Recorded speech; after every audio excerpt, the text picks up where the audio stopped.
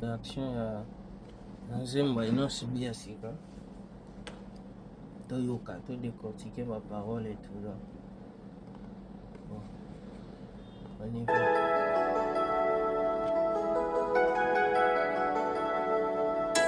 Nakangi miso kanisi nalali, nakangi matoi te.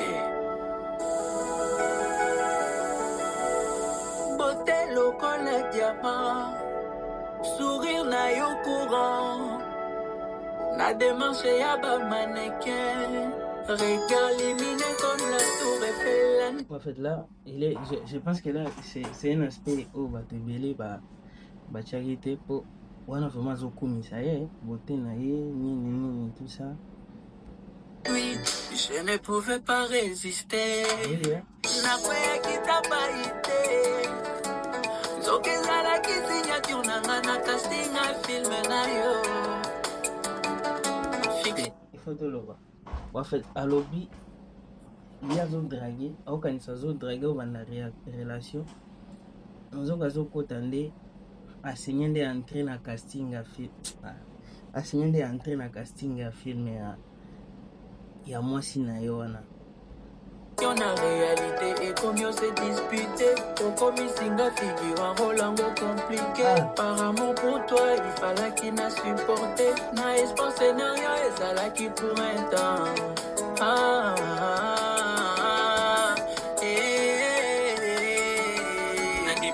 En fait, c'est une métaphore ya film.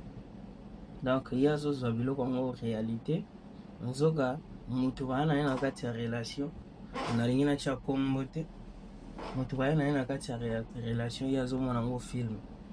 Et akanisa ki abandi relation, il commence une relation sérieuse nzoga ya zo zongonde film na ye ba scénario et tout déjà que ye na osala boy pona na sala boy na script na koma ki kala. Donc ye c'était un figurant na kati ya dans son film, dans les plans bien établis ya mutu bana na kati ya relation.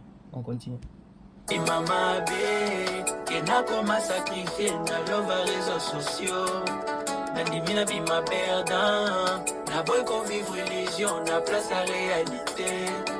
Na dimina bi maman bé, que n'a comment sacrifier na love réseaux sociaux. Na dimina bi ma perdant, na boy qu'on vivre illusion, na place à réalité.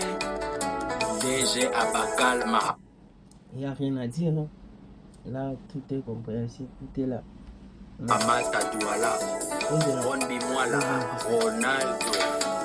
Fotanga, Nandima Kyoko Mama Moitié. Pourtant, Rosoa Kinga Loco l'escalier. Omata, pour atteindre tes objectifs. Oulala, Obi Missinga Kizengi, non. Sénatrice Anne Boukouchi. Devant la caméra, tout est rose. Derrière la caméra, tout est sombre. En public, tout comme un créateur de contenu.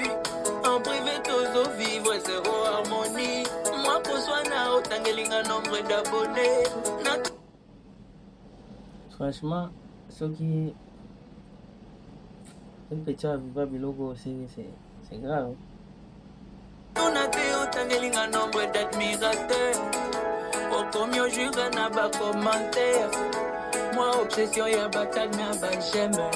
Via influence, et les qui si mon nuance.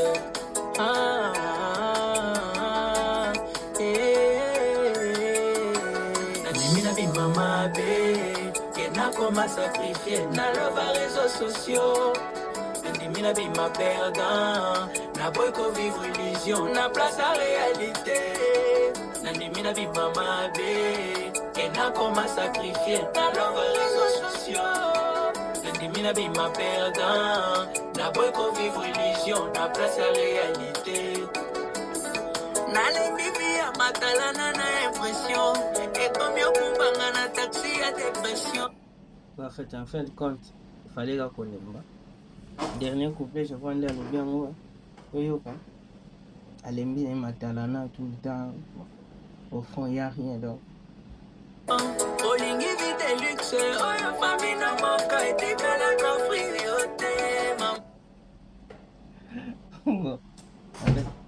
yango be famille ezwi pe bal perdu kaka boye.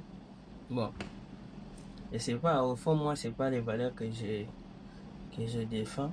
Ya kotia ba famille na likamba bolingo, parce que demain ou après demain ils peuvent se réconcilier, et puis après toutes ces familles sous la kati boye comme ba balle perdue, famille peut se bon. Certains voient ça comme une sorte d'insulte envers la famille à compagnon, mais d'autres trouvent que et ça la réalité de balobi. Bon, ça dépend du point de vue de tout un chacun alors.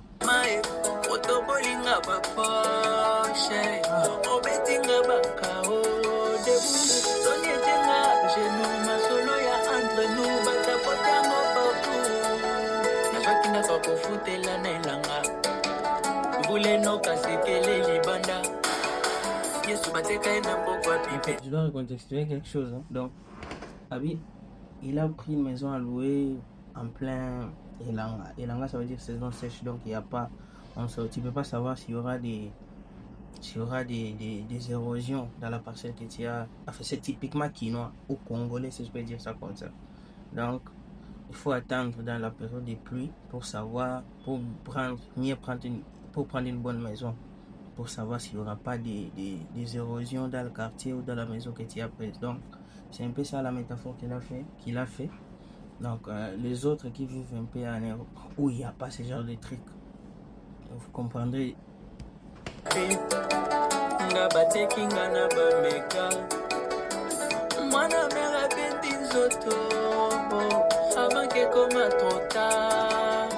Il faut savoir quitter la table quand le respect n'est plus servi. La préférée n'a commencé célibataire heureux et engagé malheureux. J'ai mélangé des soucis de les amolai à préserver mon énergie. En tout cas, c'est un conseil que je donne à toutes mes sœurs, à tous mes frères. Ça sert à rien d'être dans des pseudo-relations si tu souffres dans ces relations-là. Yango, c'est bien lobby, donc il faut zanani. Il préfère être un célibataire heureux plutôt qu'un engagé malheureux, parce que tout ce qui compte en fait, c'est d'être heureux, c'est d'apprécier la vie. Donc une personne qui te fait, même si des façades vous donnez l'impression que vous êtes heureux, si tu es malheureux, bon. En tout cas, ça n'en vaut pas la peine. C'est un conseil. Ma belle, et n'a comment sacrifier dans les réseaux sociaux. N'indimina bi ma perdant, n'a pas qu'on vivre illusion, n'a place à réalité. N'indimina bi ma belle, et n'a comment sacrifier dans les réseaux sociaux. N'indimina bi ma perdant, n'a pas qu'on vivre illusion, n'a place à réalité. Maman, Love ya RS. PDG Vanny Bichoueka. Mais en gros, c'est ce qu'il voulait expliquer. Bon, tous les clip pour on a vu que clip naïs à la moto. On va encore revenir pour la réaction par rapport à clip. Tout à l'ango ensemble.